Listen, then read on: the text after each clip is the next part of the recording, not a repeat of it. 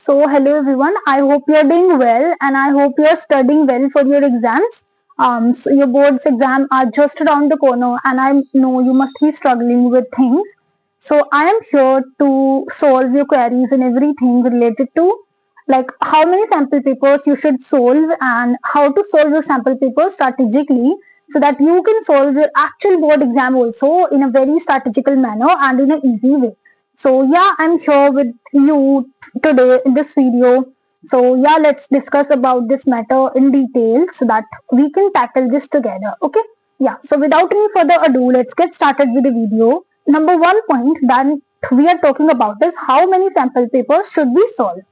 Okay. It depends. Like since we have two types of subjects, one is which you find easy subjects and then second which are tough subjects for you. It could vary according to people.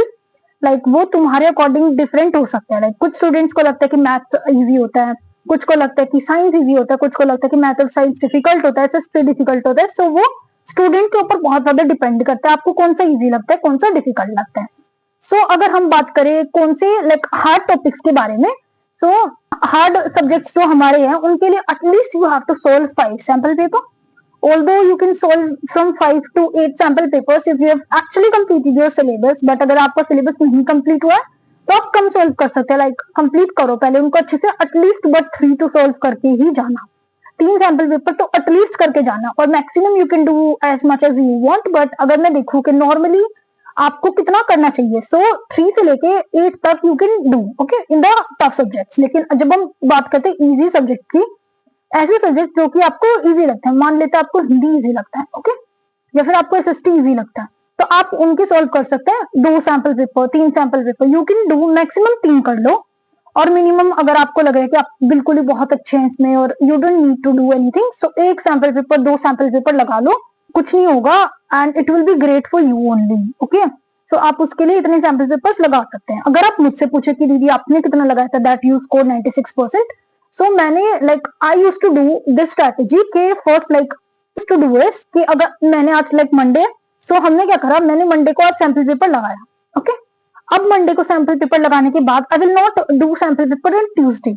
I will first revise the things. मतलब फिर मैंने sample paper लगाया Monday को, उसके बाद मैंने उसको recheck करा, अच्छे से चेक करा आंसर शीट में देख के, आंसर की में देख के कौन कौन से मेरे गलत है. अब जो गलत टॉपिक्स मुझे लग रहे हैं okay, I got this particular topic, I got this particular reaction or maybe this particular formula wrong and I could not solve this chapters, like I could not solve circle chapter का ये वाला question. So now the next day that is Tuesday, what I will do, मैं क्या करने वाली हूँ कि सिर्फ वो टॉपिक्स वो चैप्टर्स पढ़ूंगी जिसमें मेरे को गलती फील हो रही है या फिर मुझसे नहीं बन रहे उसके क्वेश्चन. बिकॉज जब आप सैंपल पेपर सोल्व करते हैं आपको पता चल जाता है लाइक इस चैप्टर के ये क्वेश्चन हैं, तो ये चैप्टर मेरे को टफ लग रहा है, इसके तो मुझसे बनते ही नहीं है बिल्कुल भी, है ना.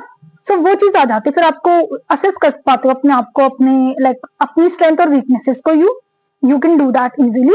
सो फिर आप क्या करते हैं, नेक्स्ट डे आप अपनी लाइक मिस्टेक्स को कवर करो कि कौन कौन सी आपकी मिस्टेक्स रही होंगी जिनसे आपको अच्छे से नहीं सोल्व कर पाए. फिर अब ट्यूसडे में आपने वो अपना देखा, अच्छे से मिस्टेक्स को करेक्ट करा. नाउ वेंसडे अगेन एक सैंपल पेपर लगाओ और and then keep that process going on okay.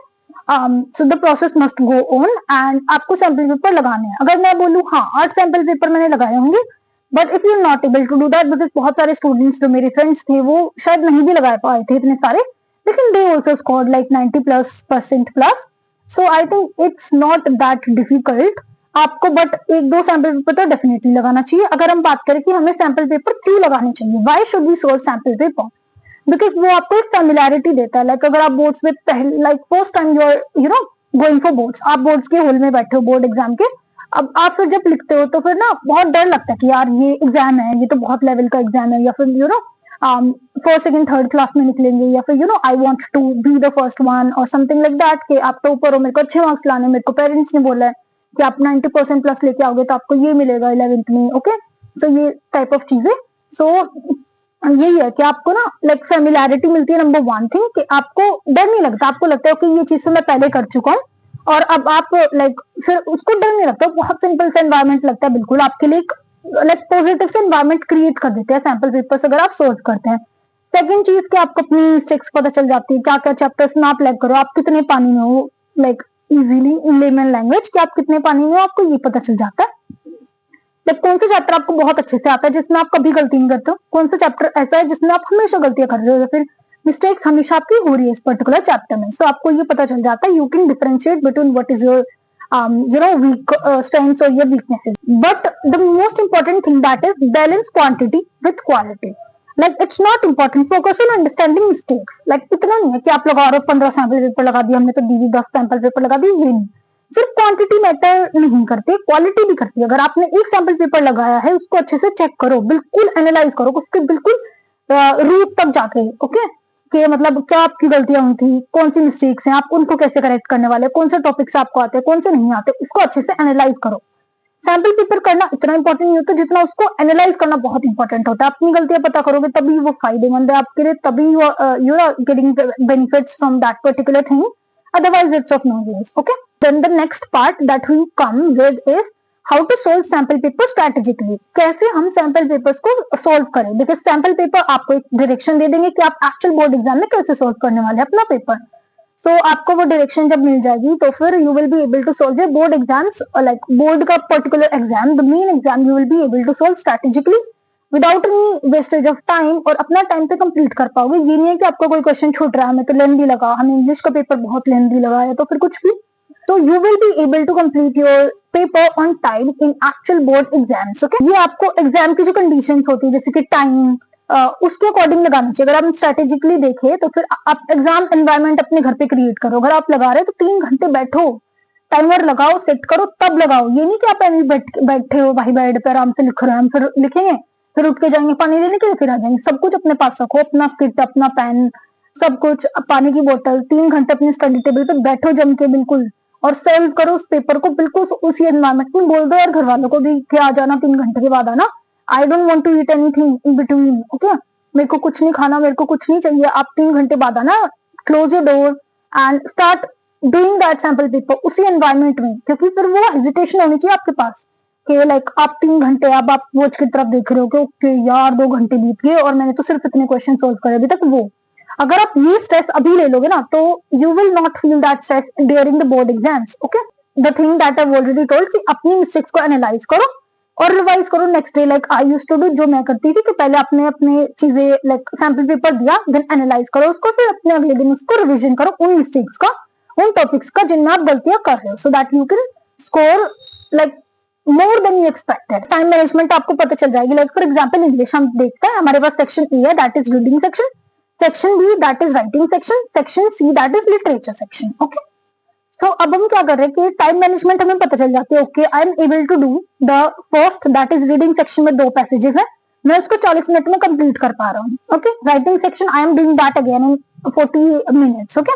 And now the rest of time I will give to literature, और इतना पर्टिकुलर टाइम दे रहा हूँ, फिर भी मेरे पास आधा घंटा बच रहा है, so that I can revise the paper. और कोई क्वेश्चन ऐसा टफ लगा था मैंने पहले छोड़ दिया था, बिकॉज हम एक ही क्वेश्चन पे बार बार स्टक नहीं करके रह सकते. ओके, हम उसी क्वेश्चन पे नहीं रह सकते, हमें आगे का पेपर सोल्व करें, जो नहीं आ रहा एंड के लिए छोड़ दे. तो फिर हाफ आवर वो यूटिलाइज करो so that you can do your work, you can revise your paper. एक बार अच्छे से पढ़ लो, उसको प्रेजेंट करो अच्छे से, कहीं लाइन वगैरह ड्रॉ करनी है वो करो. तो टाइम मैनेजमेंट बहुत अच्छे सिखा देते हैं सैंपल पेपर्स आपको करना. And look for repeated patterns. Okay, वो क्वेश्चंस जो आपको लग रहा है बहुत सारे सैंपल पेपर आपने करे या फिर रिपीट हो रहा है, तो टॉपिक्स जो आपको लग रहा है कि ओके ये पर्टिकुलर टॉपिक है, ये पर्टिकुलर रिएक्शंस या फिर इस पर्टिकुलर टाइप के questions of mathematics are repeating again and again, so उनको बहुत अच्छे से प्रैक्टिस करो.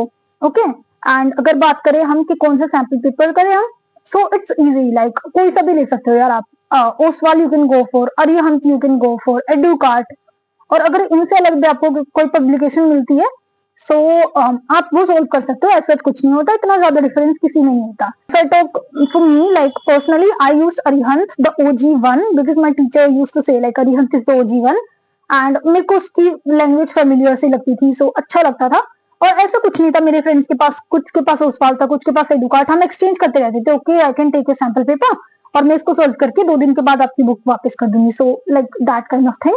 सो यू कैन टेक फ्रॉम, अब तो बहुत सारी वो भी है चीजें होती है. टेलीग्राम पे आप यू कैन गेट क्वेश्चंस और सैंपल पेपर्स, गूगल पे भी मिल सकते हैं आपको फ्री में. लाइक पास्ट ईयर के पेपर्स जो है वो आप सॉल्व कर सकते हैं बहुत ज्यादा टाइमिंग के साथ. You will be getting like really great, you will be ahead of your time. Okay, ahead of your batch also.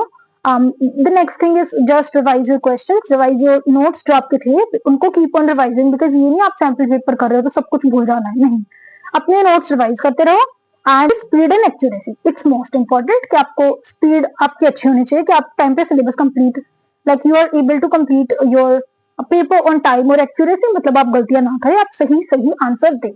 So yeah, that's all for today's video. I hope you like the video. और अगर फिर भी आपको कोई भी questions हैं related to sample paper, related to previous year question, any doubt other than that also, you can ask me in the comment section and I will be replying to that, because I am with you in the whole journey of your class 10th, okay?